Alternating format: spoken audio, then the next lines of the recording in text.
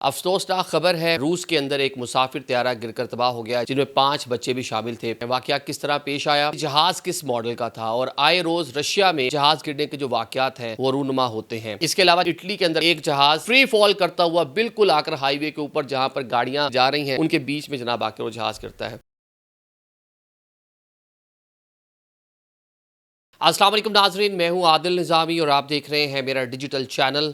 अफसोसनाक खबर है, रूस के अंदर एक मुसाफिर त्यारा गिरकर तबाह हो गया, जिसमें मजमूई तौर पर 49 अमले के, जिसमें 6 अरकान थे, 43 वैसे आम पैसेंजर सवार थे, जिनमें 5 बच्चे भी शामिल थे।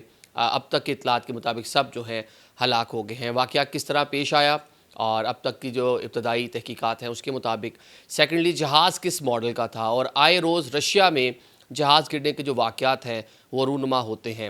एक तो छोटे जहाज़ होते हैं, वहाँ पे ज़्यादातर बड़े मतलब जहाज़ भी हैं डेफिनेटली, लेकिन जो पुराने और छोटे टर्बोट्रॉप जो जहाज़ जिनको बोला जाता है, वो जनाब ज़्यादातर वहाँ पे इस्तेमाल होते हैं और वहाँ जो मौसमी हालात हैं वो उनको किस तरह सपोर्ट करते हैं, किस तरह नहीं करते, ये सारी चीज़ें आज के व्लॉग का हिस्सा बनाएंगे।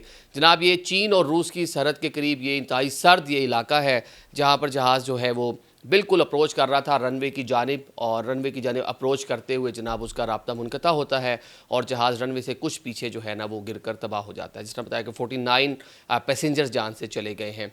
अब जनाब इसकी बल्बा वगैरह हेली के ज़रिए ऑपरेशन होता है, सारी चीज़ें मिल गई हैं वहाँ पे। ब्लैक बॉक्स और सारी चीज़ें जो है कार्रवाई तहकीकात उनका अमल जारी है। इब्तदाई तौर पर जो बताया जा रहा है वो वेदर कंडीशन इस टाइम ऐसी हैं वहाँ पे कि एक्सट्रीम वेदर है और जिसकी वजह से जनाब जी ये पूरा वाक़या पेश आया है।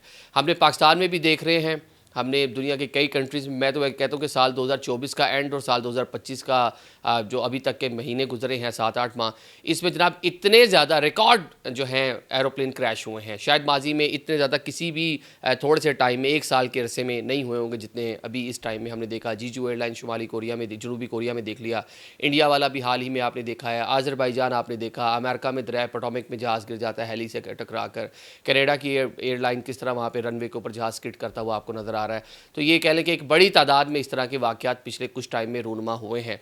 अब इस जहाज़ का जो मेड है, इसके मेड के हवाले से बताया जाता है ये सोवियत यूनियन के टाइम का ये मुकामी मेड है, मतलब कि इन्होंने खुद से तैयार कर रखा है। अब ये कंपनी जो डिज़ाइन ब्यूरो है इसको ओन करता है यूक्रेन, और जब लेकिन सोवियत यूनियन मुत्तहद था तो उस टाइम इसको बनाया गया था। पुराना जहाज़ है, रशिया में एक बहुत बड़ा मसला है ये वाला कि उन पर भी बहुत सारी सेंक्शंस रही हैं माजी में।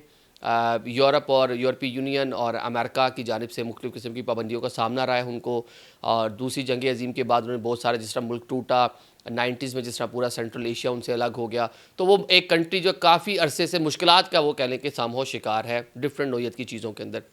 अब यहाँ पे भी ये AN-24 जहाज़ जो मेड थी, ये डिज़ाइन ब्यूरो की मेड थी, पुराना बना हुआ सोवियत यूनियन का अपना जहाज़ था, टर्बो प्रॉप इसको, मतलब 2 इंजन वाला और 2 आगे से बड़े बड़े फ़ैन पंखे, जिस तरह जस्ट लाइक आप ATR जो जहाज़ है वो देखते हैं, या आप कह लें कि आप माजी में पाकिस्तान में फोकर जहाज़ होता था वो देखते थे। मतलब ये उसी नोयत का, उसी हियत का और उसी जिसामत का जहाज़ है जिसके अंदर 50 एक लोग जो हैं वो सवार हो सकते हैं। अभी भी जो आपके यहाँ ATR चलते हैं जो सखर में, स्कर्दू में, आपके गिलगित बल्तिस्तान वाली साइड पे जाते हैं, या फिर मुल्तान एयरपोर्ट पे जाता है, या फिर आपके और जो इस तरह छोटे एयरपोर्ट्स हैं, रहीम यार खान एयरपोर्ट अगर कोई फ़्लाइट वगैरह जारी हो तो उन पे जनाब यही वाले जहाज़, छोटे जहाज़ इस्तेमाल हो रहे होते हैं। कोयटा के लिए भी अमूमन मैंने सुना है कि PIA यही जहाज़ इस्तेमाल करती है। छोटे जहाज़ हैं और आगे इनके पंखे लगे होते हैं बड़े बड़े। वैसे बड़े इस तरह के वेदर के लिए, एक्सट्रीम वेदर के लिए बड़े कह लें कि कारआमद जहाज़ हैं। इनको डिज़ाइन ही माजी में इस तरह की लोकेशंस के लिए किया हुआ है, लेकिन पुराने बहुत हो गए, उस तरह से मेंटेनेंस नहीं है इनकी। तो अभी कुछ टाइम पहले AN-26 एक जहाज़ था, उसमें कोई 25-30 लोग सवार थे, वो भी रशिया के अंदर गिरकर जो है तबाह हुआ था। उस टाइम भी सारी बातें सामने आई थी। अब ये एक और जहाज़ गिरकर तबाह हो गया है। अब ये एक नहीं है, इसके अलावा जनाब आपने इटली के अंदर एक आपने हॉरिबल वीडियो सोशल मीडिया पे वायरल देखी होगी कि एक जहाज़ जो छोटा सिस्ना जहाज़ या उसी नोयत का जहाज़, वो फ्री फॉल करता हुआ बिल्कुल आकर हाईवे के ऊपर जहाँ पर गाड़ियाँ 100 की स्पीड से, 200 की स्पीड से जा रही हैं, उनके बीच में जनाब आकर वो जहाज़ गिरता है। अब ये अच्छा हो गया कि किसी गाड़ी के बिल्कुल ऊपर आकर नहीं गिरा, लेकिन जैसे ही आकर वो जहाज़ गिरता है सामने से आने वाली गाड़ी भी उसके अंदर जाके हिट होती है, टकराती है।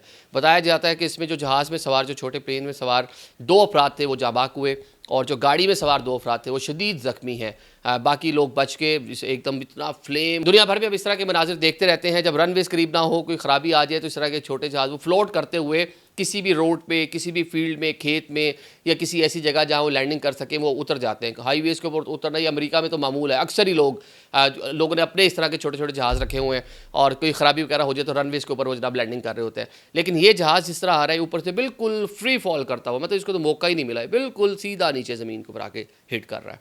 तो ओवरऑल एविएशन इंडस्ट्री पता नहीं अब इसको क्या हो गया है और ये किसकी नज़र लगी है एविएशन इंडस्ट्री को, मुझे समझ नहीं आता। अभी पाकिस्तान से भी आपको पता है कि आजकल बारिशों का सीज़न है तो फ़्लाइट ऑपरेशन खासा मुतासिर है। फैसलाबाद एयरपोर्ट पे भी कल परसों एक वाक़या होने लगा था कि जो बर्ड हिट हुआ है आके प्लेन के साथ, वो बिल्कुल मतलब हादसा होते होते कह लें कि बचा। टर्किश एयरवेज़ की फ़्लाइट लाहौर से जाते हुए जो उसके साथ हुआ, फिर इसी तरह मतलब ये पै दर पे इस तरह के वाक़यात हो रहे हैं। तो एक लोगों में खौफ है, हरास है। अब जो लोग प्लेन के अंदर जा रहे हैं या सफ़र कर रहे हैं, कह लें कि इस तरह के हादसात की वजह से जो दुनिया में आजकल हो रहे हैं, ख़ासे डरे हुए हैं। Thank you so much.